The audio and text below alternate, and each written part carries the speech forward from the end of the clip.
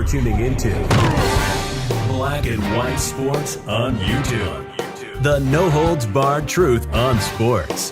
The main event starts now. I'm back. Rodrance for Black and White Sports. Oh, my goodness. Jemele Hill, yeah, that Jemele Hill, has been out running her mouth. It seems yesterday she was on the Dan Le Batard podcast. That's right. You know that podcast that Dan Le Batard has put together with John Cocaine Cowboy Skipper over there on their new podcasting network? Well, of course, they had to have Jemele Hill on. In fact, I think Jemele Hill may be kind of working with Dan Le Batard. Jesus, that's a perfect team up. A perfect team up. Well, as you can expect, and this is the same lunatic, by the way, that called Joe Manchin a white supremacist, a Democrat, by the way. He's a Democrat. Called him a white supremacist a couple of weeks ago. Hell, that shouldn't surprise me. They call John Matrix a white supremacist all the time, and he's black. Oh, God. Jason Whitlock the other day said about Jemele Hill, has she done any real journalism? Really? Ever? All she has ever done is played the race card to get where she needs to go. Maria Taylor's running that playbook perfectly. By the way, Jemele Hill once had Wokecenter. She was, along with Michael Smith, they were the SportsCenter 6 p.m. team up, whenever it was, 6-7 years ago when Colin Kaepernick happened. John Skipper said, I'm going to put them on 6 o'clock SportsCenter. And it had like the worst ratings in the history of SportsCenter, and they had to take them off the air because nobody wanted to hear about their woke bullshit. Well, as you can imagine, look, Jemele Hill's career hasn't been real good. Hasn't been real good since she left ESPN. It hasn't. She was on Vice. I mean, who the hell's watching Vice, really? So, I think she did land a podcast deal.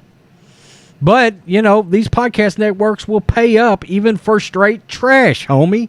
That's a fact. And let's be honest, if there is some wokeness involved, these people can find sponsorships. We know how that works. Gwen Berry just landed a sponsorship. Very quickly, I am wearing our Defund the Athletes Robo-Letters shirt, old school, kicking it old school today. I love this shirt. It's awesome. And for today only, that's right, today only. You know what? The next 2 days, I'll give you 25% off this or anything else in the merch store. Promo code Jemele Sucks 1. Jemele, S-U-X, and the number 1 all together will get you 25% off this shirt or anything else in our merch store. And guess what? Jemele Hill has decided to attack Clay Travis. Jemele Hill calls Clay Travis an idiot. Imagine that. And her own shortcomings, of course, she's going to blame on somebody else. This ESPN drama is intense. This is from Bobby Burack over at Outkick. It's costing people jobs, probably getting some people paid, getting other people's labeled racist, and making a lot of people laugh. Yeah, it's kind of like the perfect woke implosion going on at ESPN. It's so funny because they brought all of this on themselves, and now they have an absolute dumpster fire. When the Marxist NBA of China's commissioner, testicular-less commissioner, starts calling you out, you've got yourself a complete dumpster fire rolling downhill on a tire fire. The story goes beyond just Maria Taylor and Rachel Nichols, with the likes of Jalen Rose's daughter and Clay Travis now involved. Wait, Clay Travis? Yeah. Jemele Hill continues to inject herself into the story by claiming ESPN likes black faces but not black voices. Okay. The same network that had Harry Edwards commercials running every single commercial during Monday Night Football last year. And because of terrible racism at the network, Hill says the idiot Clay Travis ruined her show before it got canceled. There we go. I can't take any self-responsibility. I got to blame race and Clay Travis. Thinking about my situation, they, ESPN, were reacting to a moment then, Hill said on the Dan Le Batard show. That moment said people didn't want to hear any political talk, any racial talk, any social justice talk. Not that that was something Mike and I were doing every day on SportsCenter. We weren't. Really? Because I remember the show was pretty damn woke and it got canceled because people didn't want to hear politics in their sports. They let a false narrative persist about our show that people ran away. Hill goes on. They let the idiots in the room control the conversation, people like Clay Travis.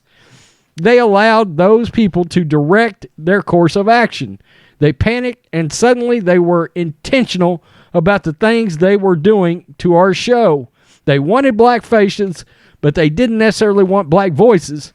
Here's my takeaway. If Clay Travis can dictate decisions on shows, he's doing a poor job of it, really poor. I mean, why did it take him until the end of Game of Thrones to complain about the final season? That's right, I complained like 3 episodes in. And if he really had the power to make those changes, should angry Game of Thrones fans aim to more blame it at him, I would and I will. Hey, Clay, are you really sitting back and let the NBA countdown continue down this path? Yeah, so anyway, he says, I'm curious about the people like Clay Travis part. Who else does that include, in fact? At this rate, who could be thrown into the burning fire next? Tom Hanks, he's always in the news. Don Jr., CNN told me he was the devil. Outkicks Joe Kinsey. If so, at least keep the mean tweets down while the man mows the lawn. And anyway, please don't call Clay Travis an idiot publicly. His DMs are open for a reason. Slide up into Clay Travis's DMs. Shit. But hey, this is what these people do. They're lunatics. Everything with Jemele Hill is about race. She has tweeted out some of the most wildly absurd BS. I mean, the bullshit that comes out of her mouth is astoundingly awful. By the way, she didn't get run off for that. What I heard is she got run off because she decided to tweet at Trump or the president or whoever was the president. I think it was Trump. She went after Trump and ESPN received backlash for it and her ass got run off. Plain and simple. She attacked the president. Okay, and the network didn't like that and they let her ass go over it. It is what it is, which is shocking now looking back that ESPN would have made a decision about that. But this was way, way, way early back in the day. Okay, so, yeah, I don't think it had anything to do with her actual Wokecenter show. But again, like Whitlock said, what is Jemele Hill's contribution to sports writing actually been? I want you to think about that. Stephen A. Smith, for all of his wokeness, at least there was a time Stephen A. Smith was a good journalist. Skip Bayless is crazier than a shithouse rat. But at one time, for the Dallas Morning News and out in San Fran and all these different places, he was a good journalist. Dan Le Batard, he's a total and complete lunatic. He's a man with a Cuban family background that supports the communist Colin Kaepernick, okay?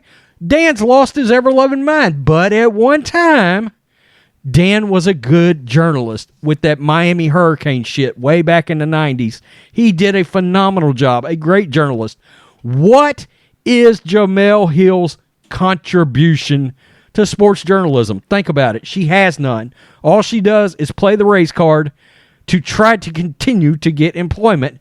And look, as long as there's woke motherfuckers out there willing to give her a podcast deal for whatever it was, an absurd amount of money to pay somebody like Jemele Hill, look, you would have thought some of these podcasting networks would get the hint after the absolute shit fest that given Bomani Jones caused ESPN because nobody is listening to his podcast, for Christ's sakes.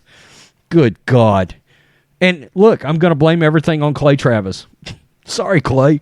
I got stung by a wasp 2 days ago and had an allergic reaction. I blame Clay Travis for that shit. Peace. I'm out. Till next time. Thanks for watching the show. Be sure to like, comment, and subscribe. Be sure to tune in next time on Black and White Sports.